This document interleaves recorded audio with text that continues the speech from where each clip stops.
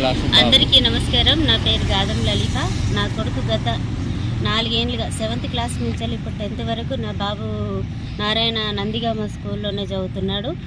So గత 2 years నుంచి బాబుకు మెంటల్గా కొంచెం ప్రిన్సిపల్ నగేష్ గుప్తా గారు మెంటల్ హరాస్మెంట్ చేయడం జరుగుతుంది. దాంతోపాటు ఈరోజు ఏంటంటే బాబుని వార్డెన్ కొట్టాడు. అది వాటర్ పైప్ ఒకటి తీసేసుకొని మొత్తం ఇంటీరియల్ ప్లేసెస్లో ఇంత వాతలు వచ్చాయి. బాబుకి రైట్ హ్యాండ్ కూడా కొంచెం ఇంజ్యూర్ అయింది.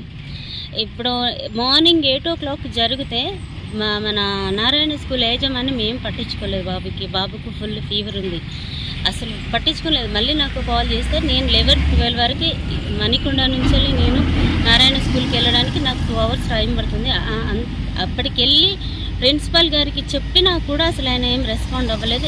ఏం చేసుకుంటారో చేసుకోండి అని కేర్లెస్గానే చూశాడు. తను ఇది కరెక్ట్ కాదు. ఏంటంటే ఆ నారాయణ స్కూల్కి సంబంధించి ఓన్లీ ఫీజులు మాత్రమే చూసుకుంటున్నాడు. పిల్లలకి ఏం జరిగినా వాళ్ళను హింసించినా అరెస్ట్ చేసినా పేరెంట్స్కి ఏమో పిల్లలు చెప్పట్లేదు. ఇది కరెక్ట్ కాదు. పేరెంట్స్ చెప్తేనేమో పేరెంట్స్ వాళ్ళ బిజీలో వాళ్ళు ఉంటున్నారు. ఏదైనా పిల్లలు అనేది పేరెంట్స్కే చెప్తారు కదా. సో దీన్ని అడ్వాంటేజ్ చేసుకొని వాళ్ళు మాత్రం మనీ పర్పస్లే చూస్తున్నారే తప్ప పిల్లల్ని కేర్ చేయట్లేదు. ఇప్పుడు 8 o'clock దెబ్బ తాకితే బాబుకి ఇప్పటి వరకు కూడా ప్రిన్సిపల్ నగేష్ గుప్తా కావచ్చు, మన నారాయణ యాజమాన్యం కావచ్చు, ఎలాంటి రెస్పాన్సిబిలిటీ తీసుకోలేదు. నేను ఇక్కడ అందుకే దాని గురించి ఇప్పుడు నా కొడుకు గురించి నేను కొట్లాడుతున్నాను. సో ఇప్పుడు బానూరు పోలీస్ స్టేషన్ దాని హ్యాండ్ ఓవర్లోకి వస్తుంది.